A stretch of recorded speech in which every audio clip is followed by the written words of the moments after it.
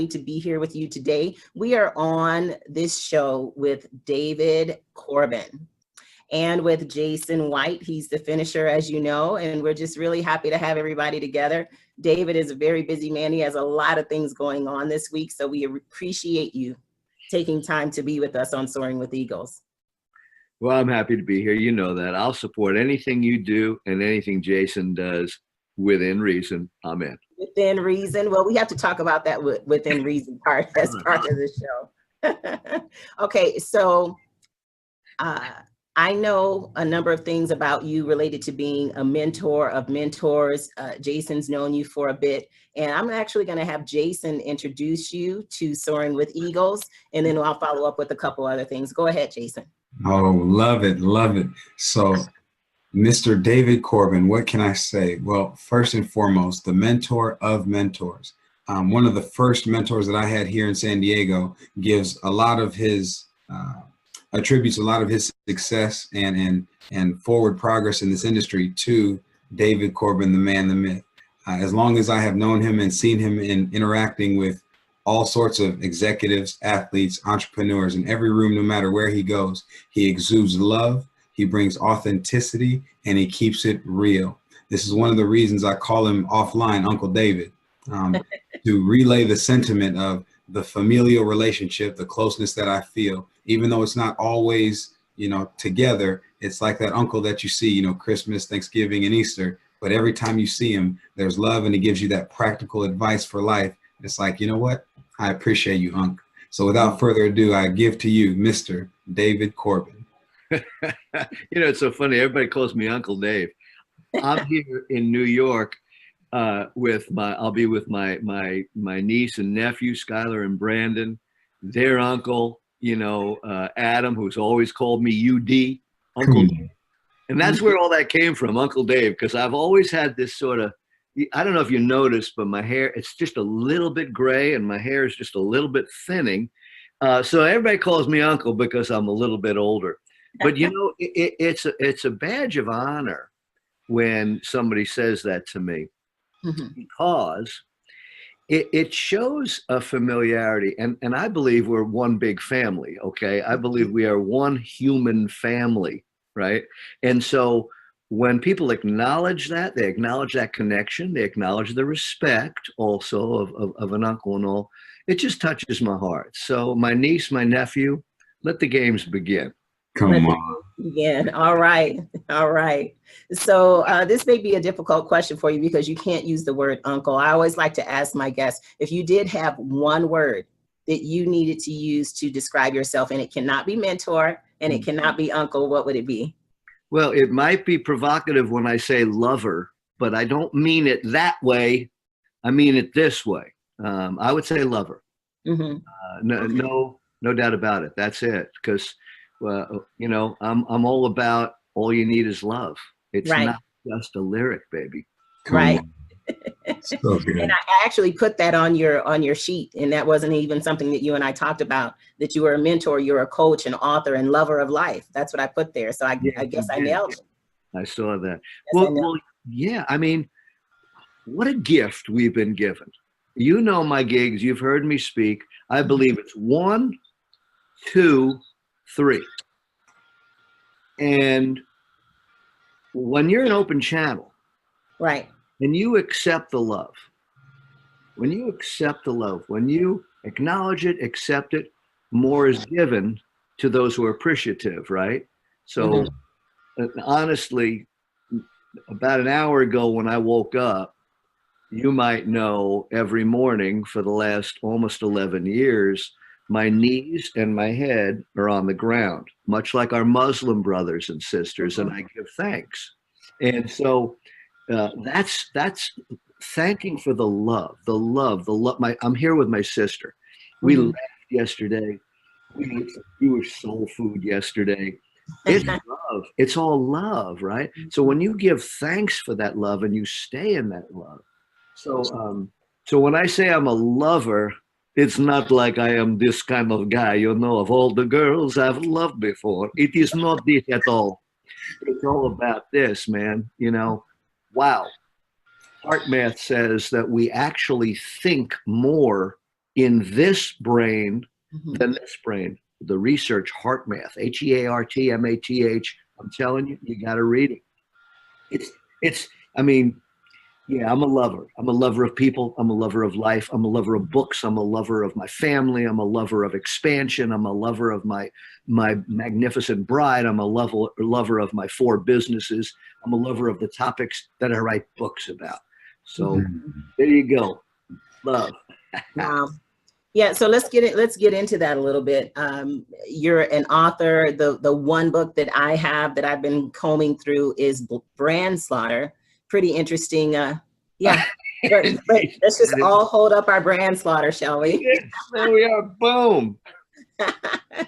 So very, very interesting take on some of the concepts in here that we'll get into in just a moment. But you're named specifically, David, as a mentor to mentors. So what does that word mean to you? A lot of people use the words coach, they use mentor. You know, we all know the origin of the word mentor from a Greek perspective, but what does it mean to you? Well, I'm only sorry it's not woman tour. It should be WO/MEN. So it is, it crosses all lines. So a mentor is, it really comes from I won't go into the Greek, but it comes from the distinction between knowing and doing. Okay. And that is another concept of AA, awareness and attentiveness, right? So, I mean, I knew I should quit smoking 20 years before I took action and quit smoking. Right. Mm-hmm. I knew I should release the 40 pounds that I was carrying and didn't need before I took the action. So awareness and attentiveness. Now, a mentor is someone who has been attentive to, which is to say she's done it. Mm-hmm. She's done it. A coach, and a coach has its place. Don't get me wrong. I mean, a coach has a magnificent place in this sequence and all. The coach could be a mentor, but doesn't have to be a mentor. So your coach could say, listen, I know, like there could actually be an overweight, unhealthy coach. True. In the field that Jason has sprung up so beautifully in, right? Which is to say, this is what you need to do. Now, I believe that coach would be more effective if he or she lived it and became a mentor. So the mentor is one who's saying, look, this is what I've done. This is what you want. I can show you what I've done, which may apply largely to what you ought to do to get what you can do to get what you want. So she's one who's done it, not just coaches on it. Now, if you want to get crass about it, you say, a coach says, did you wake up on time? Did you brush your teeth? Did you clean your room? Did you do your hair? Right. But that's to go crass about that. A mentor is there answering questions saying, well, here's what I've done. Here's what you might do based upon my knowledge of you, my specific knowledge and experience of you. So the mentor does a peer-to-peer networking. Mm-hmm. You see what I'm saying? Now, I know you. I have my experience. I'm going to translate my experience in a language and in a methodology which matches you, your needs, your moves. And oh, by the way, let me introduce you to, right? And then the mentor stops for a moment. You go do your thing, and the mentor sits there and waits a day or a week for them to come back and to see what happened. So I've mentored people on the run and talked about blah, blah, blah. And they go, yeah, and I'll get back with you in 4 days. And I'm like, okay, cool. What time? And they go, oh, 3 o'clock. And then 4 days later, 3 o'clock, you don't hear from. Now you had someone on your show named Greg Reed, who when I first mentored him, maybe almost 15 years ago, I go do something. I said, bum, bum, bum. He called me back 2 days later and went, done, Yoda. What's next? Right. See the difference? Yeah. Right. So there's some distinction between coaching and mentoring. By the way, mentoring is a psychological deep dive as well. I believe coaching has a contract, but mentoring, Mentoring is a covenant. You know, my website, you look at my mentoring page, you'll see, I believe it's a covenant. The covenant between God and Abraham, I believe, is that righteous relationship. When you mentor, that's a covenant. Yeah, and I think that part is important, David, because you mentioned earlier the personal approach. Okay, so all mentoring is not, all approaches are not for everyone. Every single thing that you know is not for everyone. So you take out of your experiences based on the person that you're mentoring, and you personalize it specifically for them. It's not just this cookie cutter thing that, when you mentioned about, did you brush your teeth? Did you comb your hair? Like, that's just a checklist. That's not mentoring. That's going through a predefined checklist. And so that's why I really appreciate, even when you and I spoke about what I have done related to the book Flint Out Loud, and that whole initiative, just trying to bring awareness to the water situation, plus to help people understand the 11 lessons of strategy, leadership, and success. You took that and made some personal statements, you know, based on conviction that you had, not just about Flint, but just being a person with morals and values that has compassion for people. You're a lover of life, and there's some serious issues going on there. So you were able to personalize that. And that's what I really, really like about you, and in talking with Jason about you. I talked about you, David. We talked about you a lot now, but and just hearing over the years, just his relationship with you and that personal approach. So kudos to you on that. I really appreciate it. Thank you.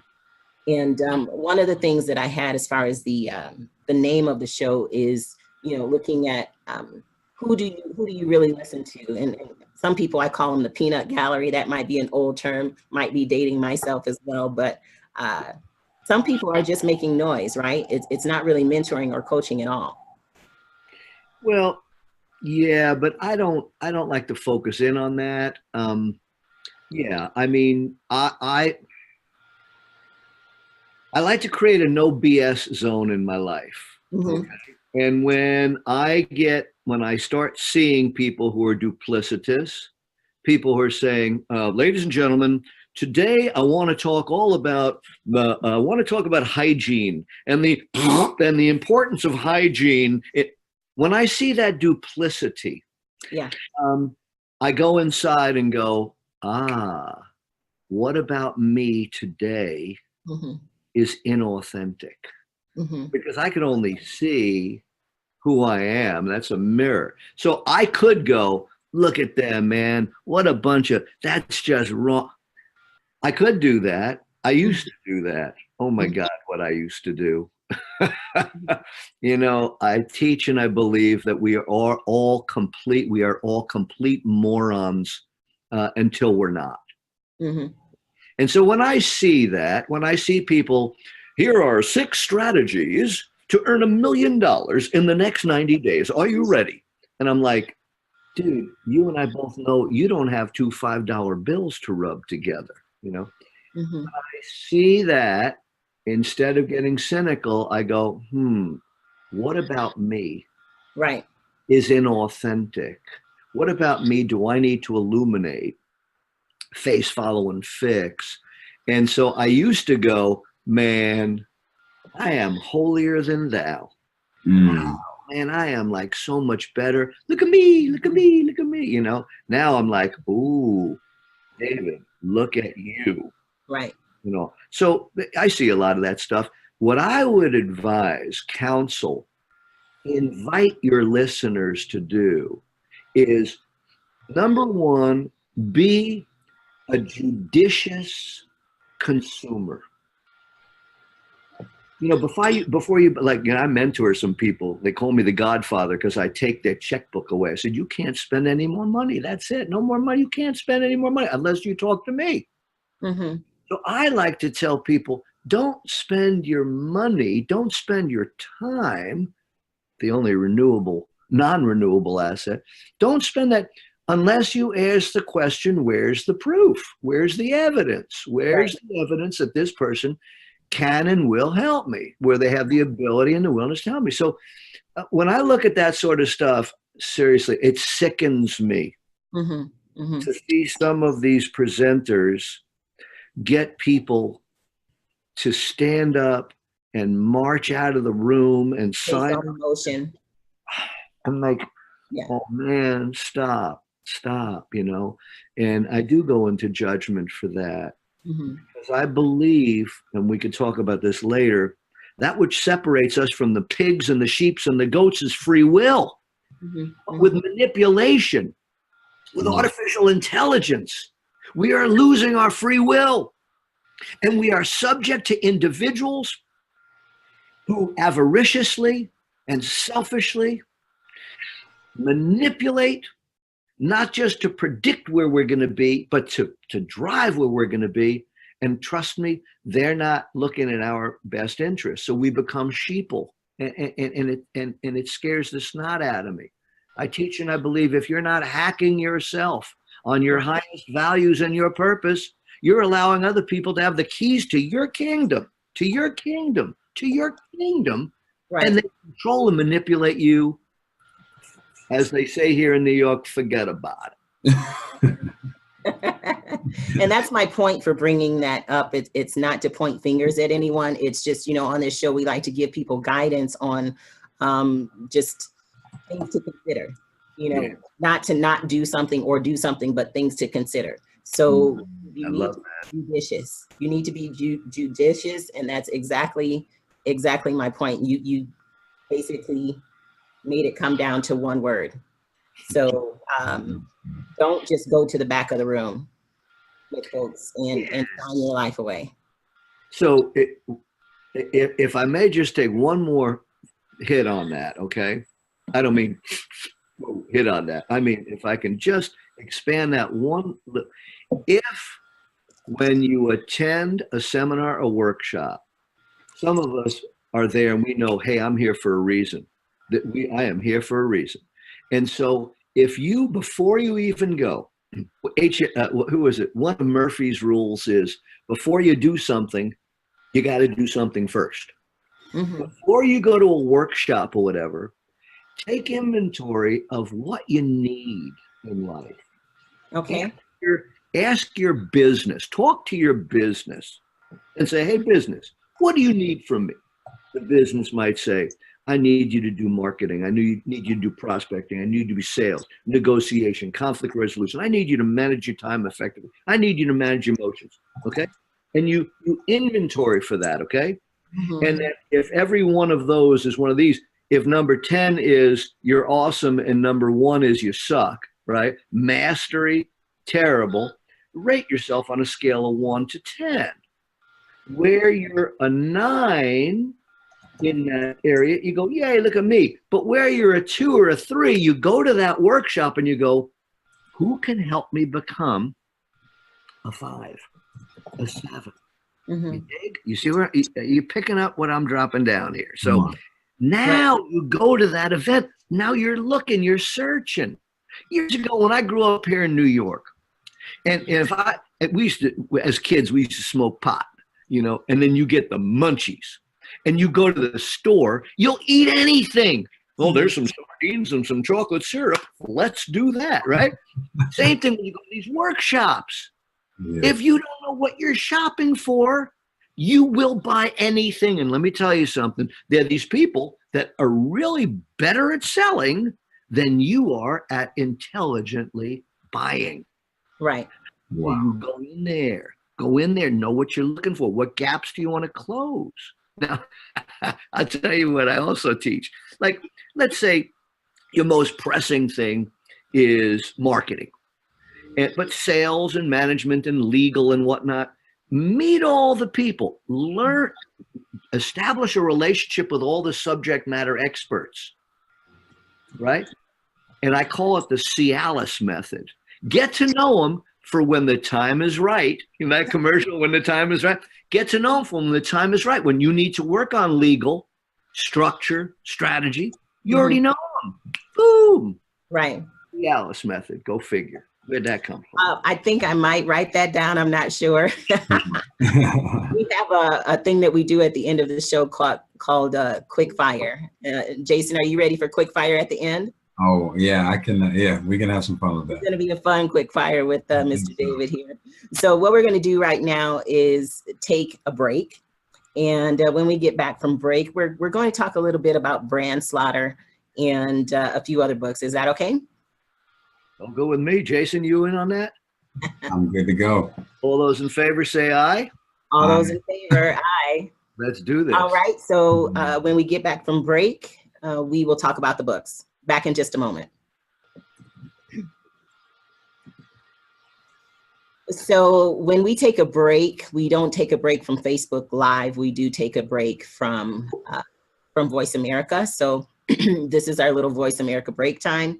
And I'll let the engineers know now that our artificial break is over. So you can now bring us back on in 3, 2, 1.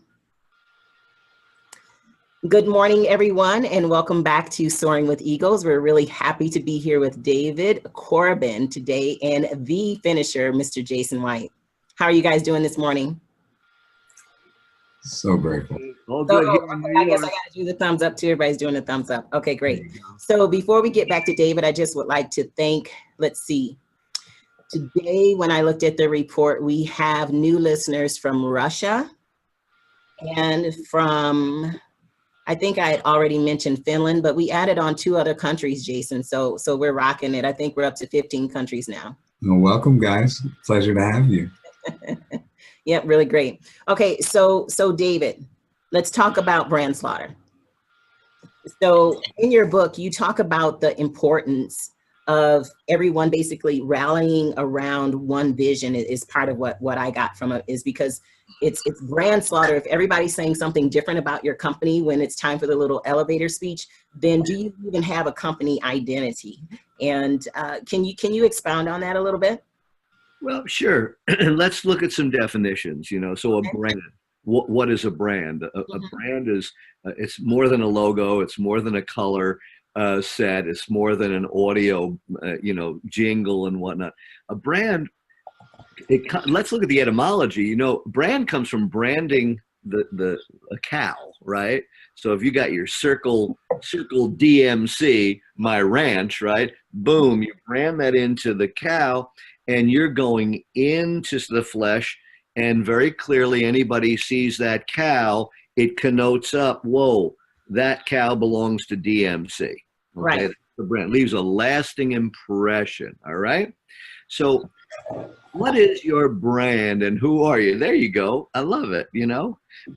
So what is your brand and who are you? So brand is how you're known. There's something you might want to jot this down. I call it impression management, because you want to manage impressions, which is sensation transfer, which is to, when they see you, a bunch of sensations and feelings bubbles up. Now, you may have heard me talk about this, and it's in my book. God, it's in a book that I wrote 16, 17 years ago called Psyched on Service. Okay. And I talked about some research we did, and we asked thousands of people, hey, why do you buy from whom you buy consistently? And there were 3 distinct groups. The first group said, well, I buy because of features and benefits, right? So I might buy my glasses from a company that can give me 2 pair of glasses and in an hour for $99. Okay, that's features and benefits. The next group said, well, I buy because of a relationship. There's like a bit of a connection. They seem really nice. The third group, why do you buy from whom you buy? The largest group said, God only knows. they didn't know why. They consistently bought. So in the science of marketing, we ask a question. We say, would you switch? So we asked each group, would you switch? The features and benefits group, we said, hey, would you switch? They went, well, yeah. If somebody's going to give me 3 pairs of glasses for $99, yo, I'm in. Okay. The relationship group said, yeah, I'd switch. I could find another, dry cleaner that knows my kid plays piano and, I could find somebody like that. But the largest group, we said, why do you buy from whom you buy? They went, God only knows. We said, would you switch? They said, no way. And we're like, what's up with that? Because what happened there, the reason they felt that God only knows factor, and I'm not switching, was what we call, Austin Powers, the famous philosopher, says, it's the mojo, baby. It's the mojo, you know? They felt their mojo. Yeah. So what I teach and I believe is, Crystal, Jason, what's your mojo? What's your mojo that gets people continually listening to your radio showgram? What's your mojo that has them go to you for leadership? What's their mojo? What's your mojo that has them coming to you as a youth, coming to you going, hey, what do I do next? What's your mojo? What's your vibe? What's your energetic stamp? When you, and it's not enough for only God to know that. You need to know that. And then you need to do that consistently, okay? That is your brand. Wow. Now, to the topic of the book, baby. Yeah, you point. I love it. To the topic of the book. You are either acting in concert and integrity with that brand, or else, see, over here is integrity, or else you're acting in if you're either in integrity, that's cool, but if you're not, you're committing brand slaughter in the first, second, or third degree. And baby, nothing is neutral. You either is or you isn't. Right. You be or you ain't. You're either living your brand or you're killing your brand. And that's what the book is about. Everything counts. Even when you're not knowing they're looking. Right. So, you know, I teach in that book, hey, get yourself a yellow pad. This is very sophisticated stuff. Right. Get yourself a yellow pad. Write out what your brand is. Then make a list of your world, your life, the intersections between you and others, you and your building, you and your employees, you and your customers, you and your vendors, you and your friends. And you ask yourself, am I living my brand with that interaction, or am I killing it? We call it an ABBY, an audit of brand integrity. And you look around, and so what happens is you end up going, oh yeah, this is cool. Yes, I am living my brand with this. And oh my God, I'm not living my brand with that. I need to make a change there. And when I'm interacting with them, I'm not. And so now you get real. You get real. And you start modifying your behavior and course correcting so that you are in harmony with your brand integrity, no more brand slaughter, and you watch the magic that happens. You start watching how people flock to you. They talk about you. You know what I mean? That's being in the zone of your brand integrity. Somebody hose him off. Somebody hose him off. He's too hungry. This is why for 40 years he's been mentoring his mentors. So good. Can I get it? Amen. Amen. Holla if you hear me. Amen. That's what I actually like about you, David, because you're able to just break things down and make it plain, and all of that makes so much sense. And when we think about Jason and I, when we think about soaring with eagles, and you know, our tagline saying, be controversial, be transformational, be the answer, we always try to make sure that we touch on those points with the guests, because it's not just about talking to someone on air. It's what are they doing to disrupt? Or do you have a disrupt type of philosophy and mentality? Because those are the things that bring about actual change, not just doing the same old. So really trying to understand not just the millionaire, billionaire mindset that's on my commercials, but what are people doing to also give back? Being controversial, being transformational in what they do, and having a give back model. And you're certainly about giving back. You know, you're saying, don't spend any money. I don't care what you're doing. Don't spend any money until you talk to me, and just have where we go through this little assessment of what it is that you're looking at potentially doing. And then if it makes sense based on, you mentioned, you know, write out what you're actually looking for before you go to these conferences. That's excellent advice. It's actually something that maybe I do subconsciously and not really, you know, you can't just go and buy everything. Everybody doesn't have unlimited funds. And so I think that is a little tidbit, along with a number of other things you said. It's a little tidbit that our listeners are going to be able to use. So thank you for that. Thank you for that. Jason. Can you hear me now?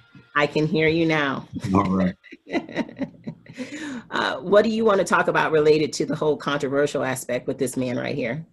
Well, the one thing, I don't know how controversial I can make it right now, but the one thing I want to highlight is actually one of the first nuggets that he ever gave me, which was about that vibration, that energetic field that you're giving out. And kind of the way he broke it down for me was, and I love how he touched on it, when you think about where you want to be, you know, that optimal place, we call it your perfect day, or whatever vision you want to put in your mind. When you think about the pinnacle of your success, and then you start to make it real and tangible, and you start to think about what it feels like in those interactions, and the smells and the colors that you see, and the more tangible you can create, and the higher you vibrate, or the faster you oscillate at that frequency, you begin to attract those things and those relationships into your life.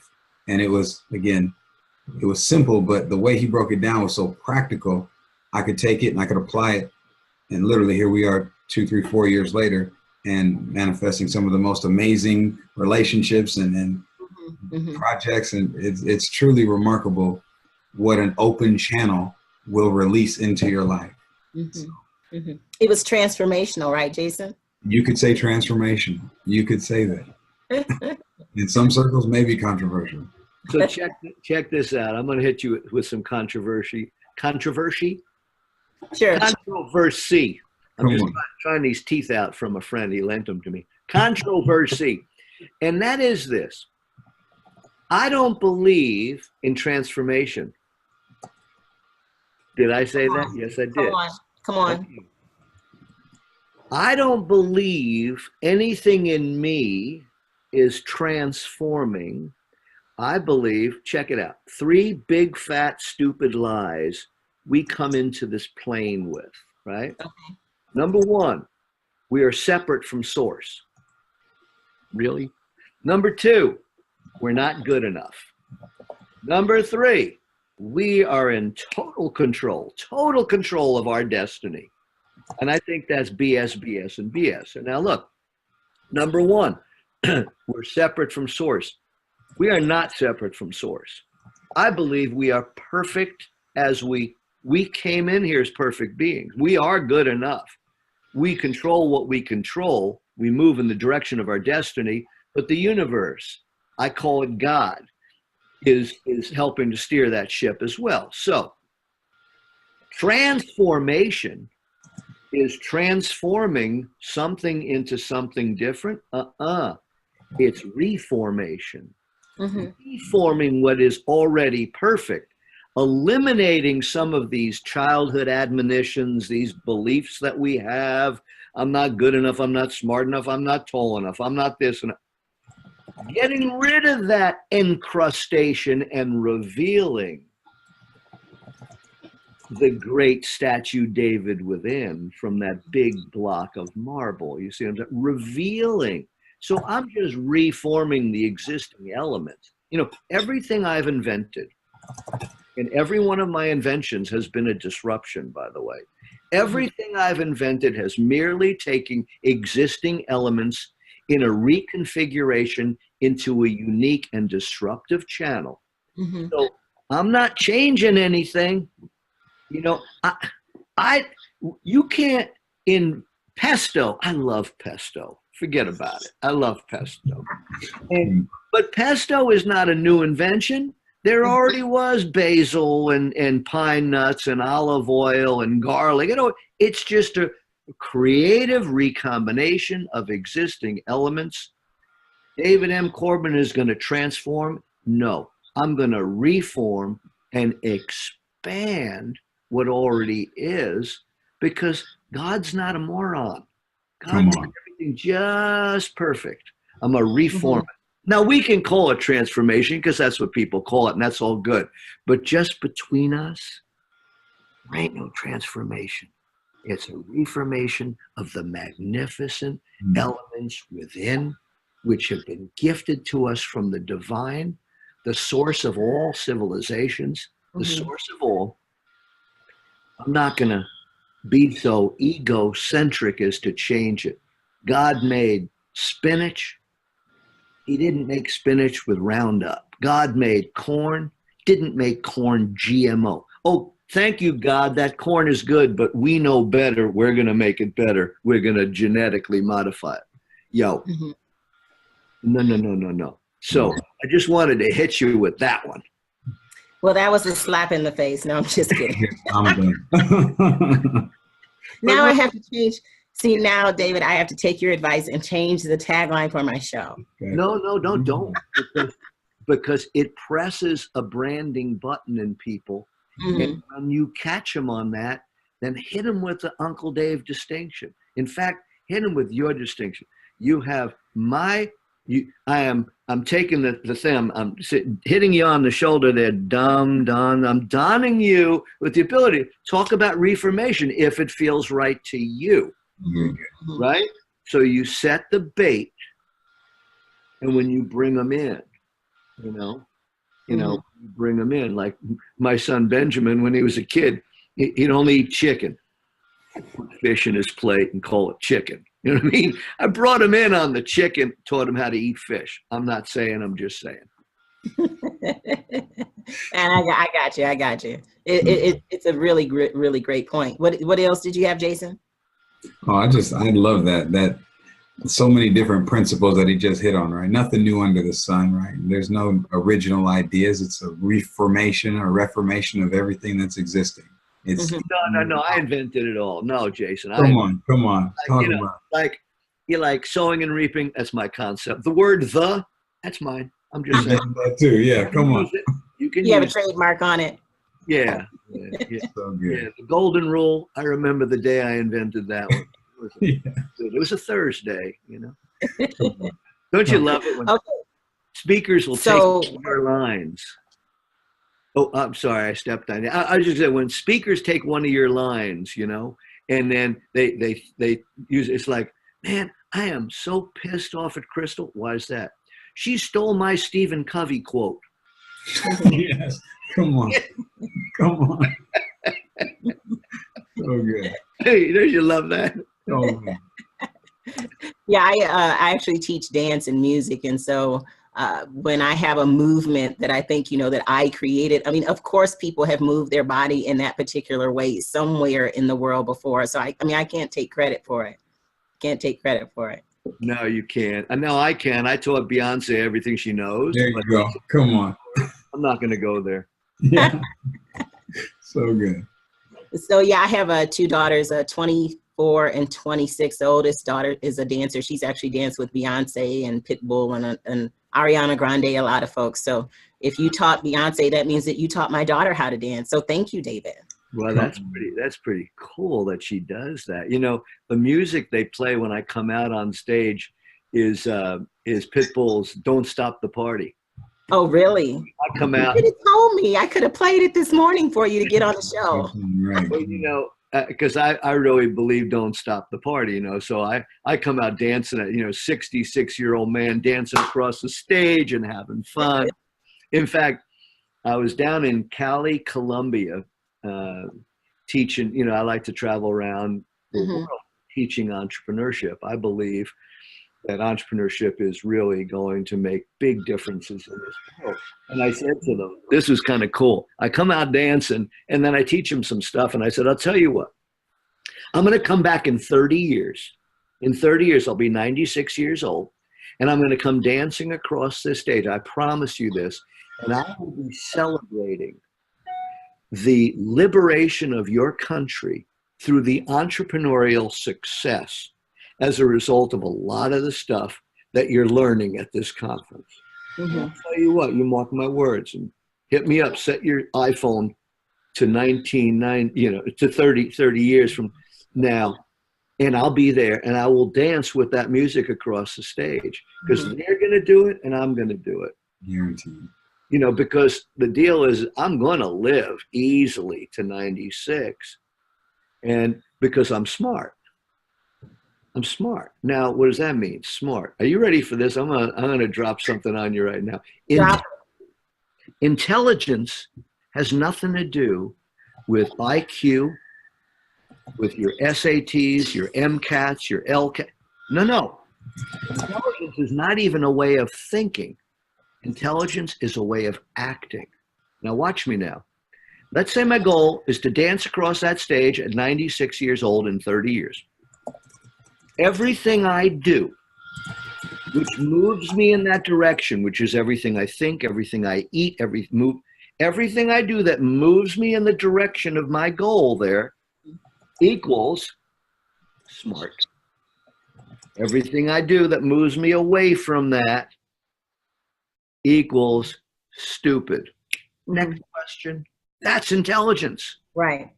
That's intelligence. Smart moves. For me, green tea instead of organic reishi green tea instead of coffee equals smart. Right.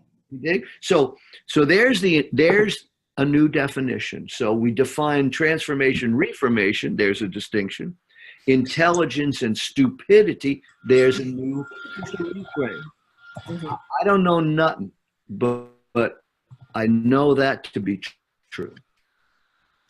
Yeah, that's mic. really good. Really good.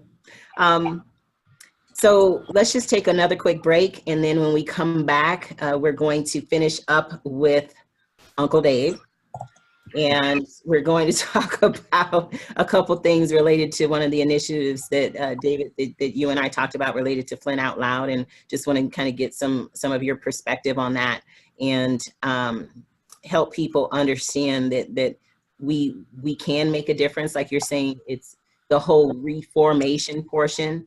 I will accept that, transformation, reformation, but we'll talk a little bit about that. And then we're going to do what I promised what we would do, was the quick fire. And I think with you, it's going to be pretty fun. Probably going to have some really interesting answers here. Interesting answers on our quick fire. So Voice America, we will be back in just one moment. Dropping knowledge. I love that. I love we have someone listening from Finland, right? Because we're here. So we got some Finnish people listening to the finisher. Hey. Yes. Hello, right? Come on, this guy. Attracted to the finish right there. That's Come it. on. That's why they're listening. Oh, they're listening because of Jason. Oh gosh, yes. Are you kidding? What are you missing? Come on. I had some Swiss cheese yesterday. Is that why this people from Switzerland are listening too? Hello. Hello. And I am also from Russia, so this is why we have our lovely Russian people listening to us today. Here and there, we're going to talk about Flint, Michigan. Very good. Very good. This is very good. I'm learning so much. Very good. All right. So we are back on Voice America. We're back on Soaring with Eagles. We're on our last segment with the David Corbin. And everybody can see right here, we're with the finisher as well, the Jason White, Mr. Jaw. Do you know his middle name, David? Wonderful, probably. I said Jaw. Wonderful doesn't start with. He is wonderful, though. That would be JWW. That would be good. We can just change his middle name. Yeah. What is it for reals? Adam. Adam. Ah, love it. Love it. We'll get into it. All right. So I'm just going to hold up this book right here. Number one son. David, you were one of the first people to get this book. And, oh, hey, got it right there, too.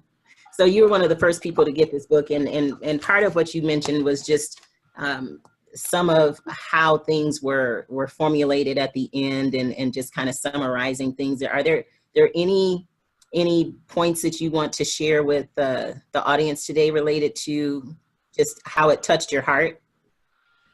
Well, you don't have enough time. So I'll just, first off, let's just look at Flint, Michigan. I mean, we can do 19 segments on that. When I see people making decisions, let's say health decisions, which are, we'll call it suboptimal. Right. Right? Parenthesis stupid, but I'll say suboptimal. They have a choice.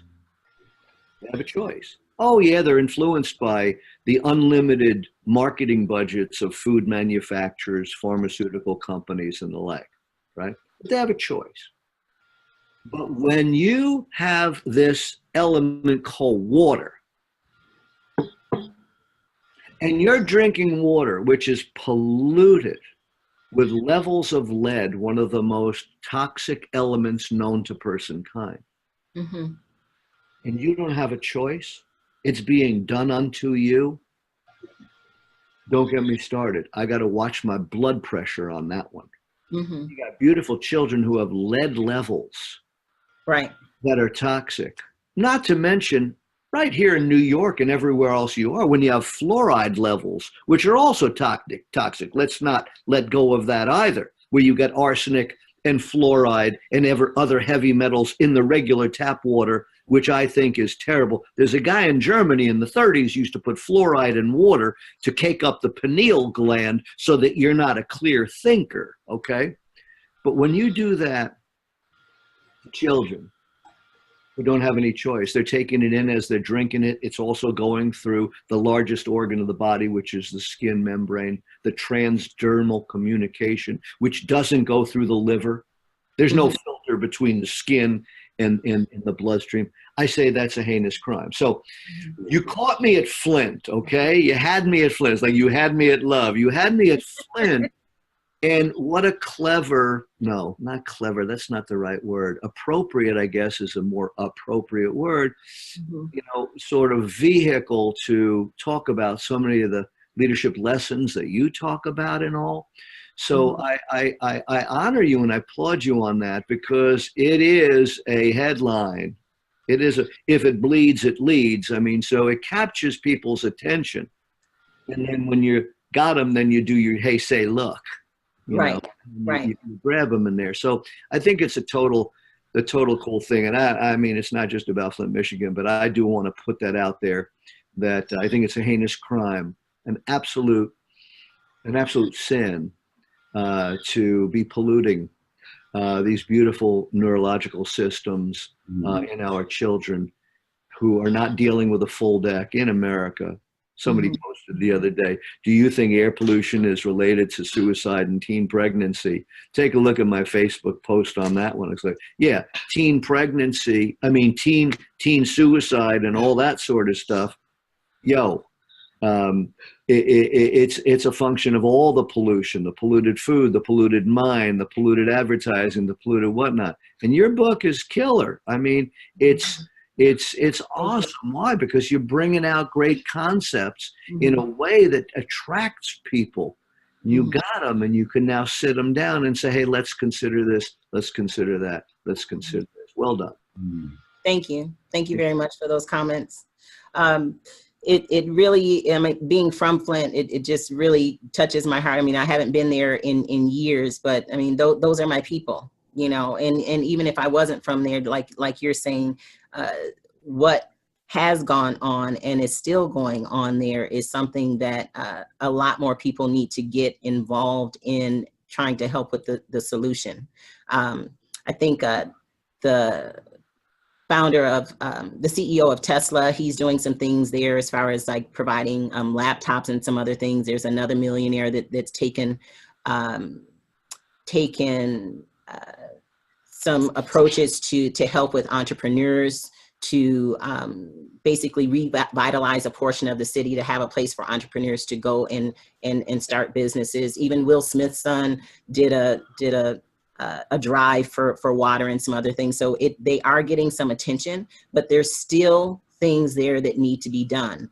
And so I'm glad you appreciated the book. And when we do the next print, I would really, really love for you to be in it as the person doing the forward, maybe, and talking about some of your passion related to that. I'd be happy to help out. And you know, you're from Flint. We're all from Flint. We are, you know, we're one community.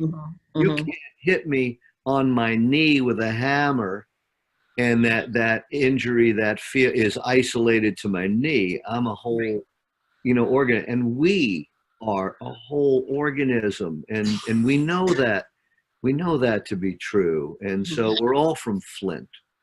Yeah. There is a portion in the book that you may have read alluding to that, because there is a part that says, "Are you a Flint?" Yeah, exactly. And it defines certain things. I'm not going to give it away on the show because I want everyone listening to the show to buy the book. But yeah, are you a Flint? So David, you're a Flint. Jason, are you a Flint? I'm a Flint. Yeah. And I hope everybody who listens goes after that book. Grab the book. Look at it. You know, when you look at that, it's Flint out loud, but it's more than that. It's screaming out, saying, "Let's focus." You know, that James Baldwin was an amazing being, an African-American poet, philosopher, filmmaker. And he said something that I'll never forget. He said, "We can't solve everything we face. Okay. We can't solve anything unless we face it." Right. Right? He was talking about social justice. He was talking about sexual preference. In fact, you got to see his movie, because his movie is so similar to Flint Out Loud. And that's the greatest compliment I can give, because he's one of my heroes. He did a movie called "I'm Not Your Negro." Unbelievable movie. And at the end of that movie is when he said, "We can't solve everything we face, but we can't solve anything unless we face it." I remember that quote. It's a wake up. Right. It's a wake up, and let's face it. In my book, Illuminate, over there, so shameless self-promotion. In Illuminate, it's about face it and follow it, then fix it. And isn't that what your book is talking about? It's about get real. It's about wake up. It's like we ain't keeping it quiet or under a carpet. It's Flint Out Loud.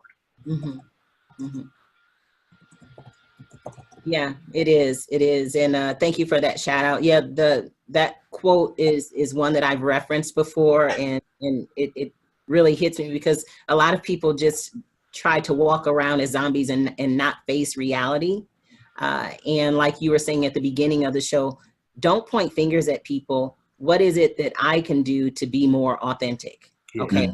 And so as I promote and say on every single show, you need to go back and listen to this show specifically, because the nuggets that Mr. Corbin is dropping are things that you can apply to your life, to your business, just to any area that can help you. So make sure that you go back and listen. He was just dropping tons and tons of nuggets that I know I'm going to go back and listen to personally, not just because it's my show, but because it was really real. So thank you for being real with us today.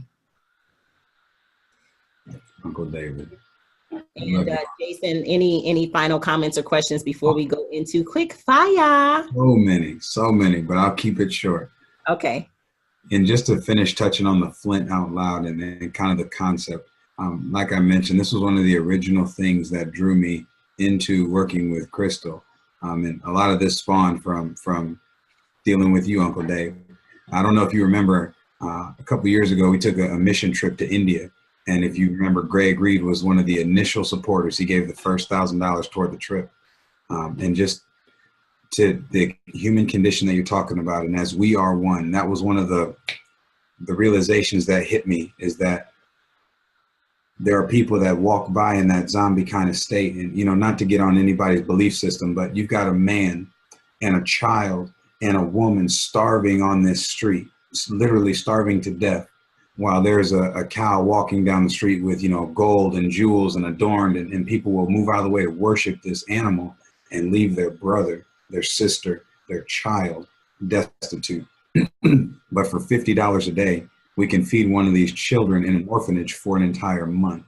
And so what Craig was able to contribute and what other people around the world started to come together on and collaborate on, we saw an impact. And creating maximum impact as a unit, as the human project, that's really what we're talking about in Flint, right?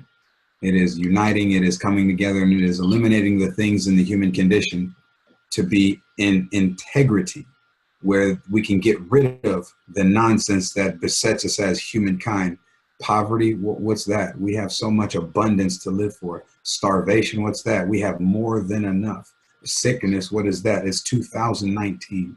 But if we could get rid of the distractions and get rid of the nonsense and get rid of the offenses and get rid of the hurt and really connect.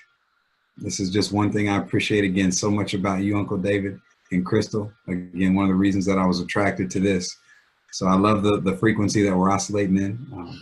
Just to give honor, I honor the work that you two are doing, have done, but also the work you will continue to do, not just for your families, but for the world, for the people who are waiting on you to finish this great life.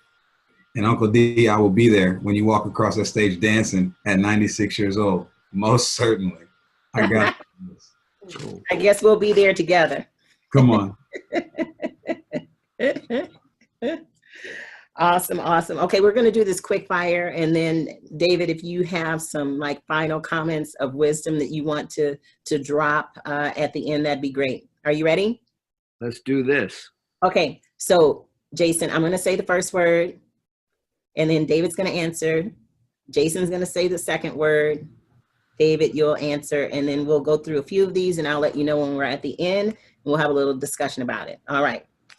Here we go. Quick fire with David Corbin. First word, respect. Connection. Leadership.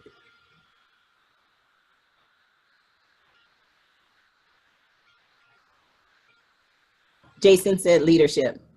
Oh, do I go? Yes. Okay, we're going to fire at you, Uncle D. You have to answer every time. Connect, leadership. Wow, you got me here. I'm going to say synergy. Ooh. Synergy, okay. Love. Okay. Abundance. Abundance, okay. Go ahead, Jason. Controversy.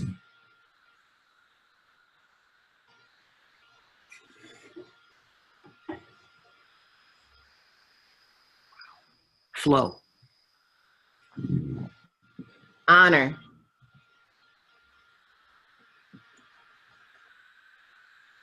Pious. Pious, okay. Identity.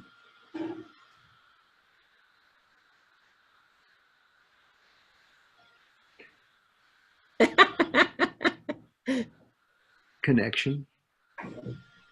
Connection. Heart, David, heart. Vibration. Integrity, Uncle D.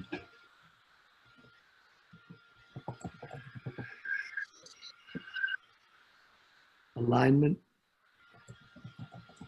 Your favorite word, transformation.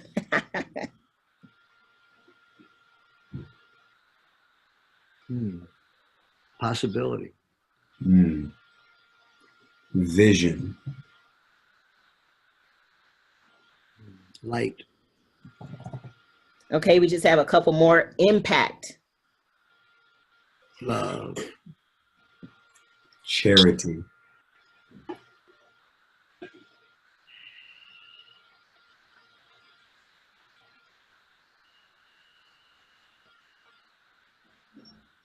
It's quick fire, David, quick fire. Oh man, I'm getting flow, but there's so much more. It touches me deeply, the word. Okay, we'll go with flow. The last word of quickfire is mojo. Vibe. Vibe. All right, good job. Good job. So you came up with connect and synergy, flow, alignment, highest, alignment, love, light, possibility, and vibe, abundance. When we talked about love, you mentioned, you pointed to yourself and you said abundance. So all of those words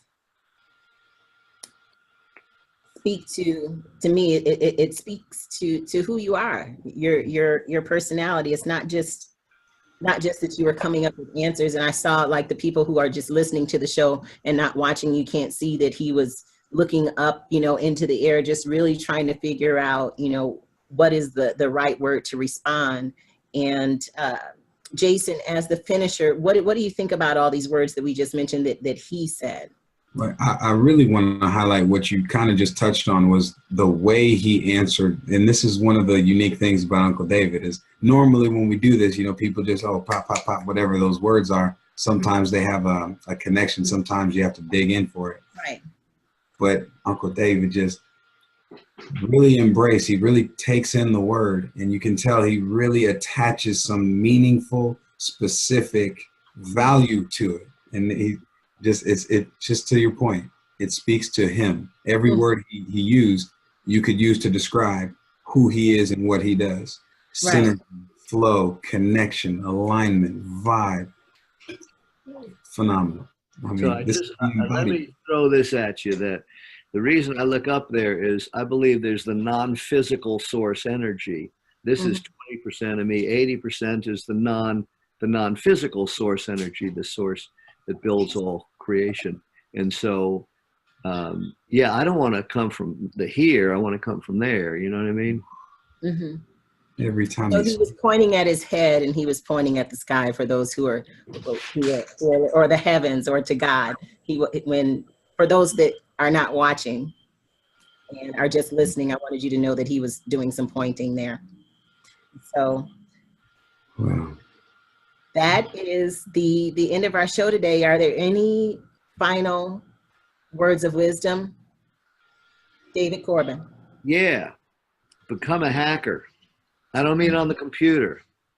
Hack your mind. Plant in your mind and your body and in your spirit and your soul, as Mitch Axelrod in soulrollgoal.com teaches. Make sure you're in harmony that your role in life is in harmony with your soul, so you don't get soul frustration and role frustration. And don't dare set a goal until you have it in harmony.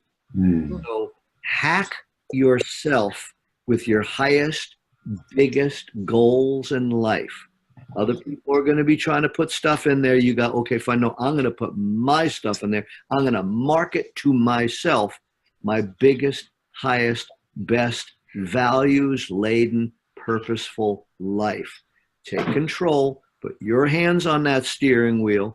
Otherwise, the marketers with artificial intelligence, they're going to be controlling it for you. You're going to end up expiring before your expiration date, like too many people.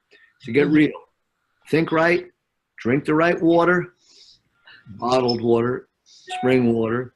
Eat the right food. No Roundup, no glyphosate.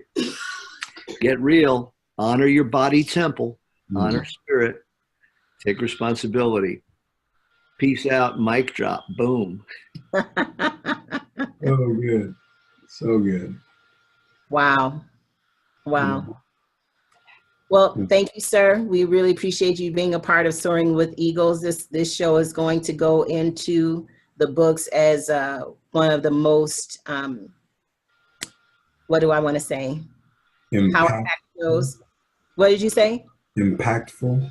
Impactful. Yeah, powerful, impactful. I declared 2020 the year of impact, and for me personally, as well as for others. And I'm just so thankful that God has aligned me with a number of people that have created impact in my life. And by having this show, we've been able to also share that across the world.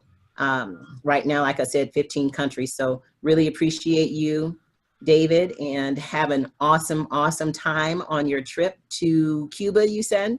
Yeah. Wow. Okay. All right. Flint out That was loud, great. baby. Flint out loud. Out loud, brand slaughter. Thank you. Have a good one. All right. Peace.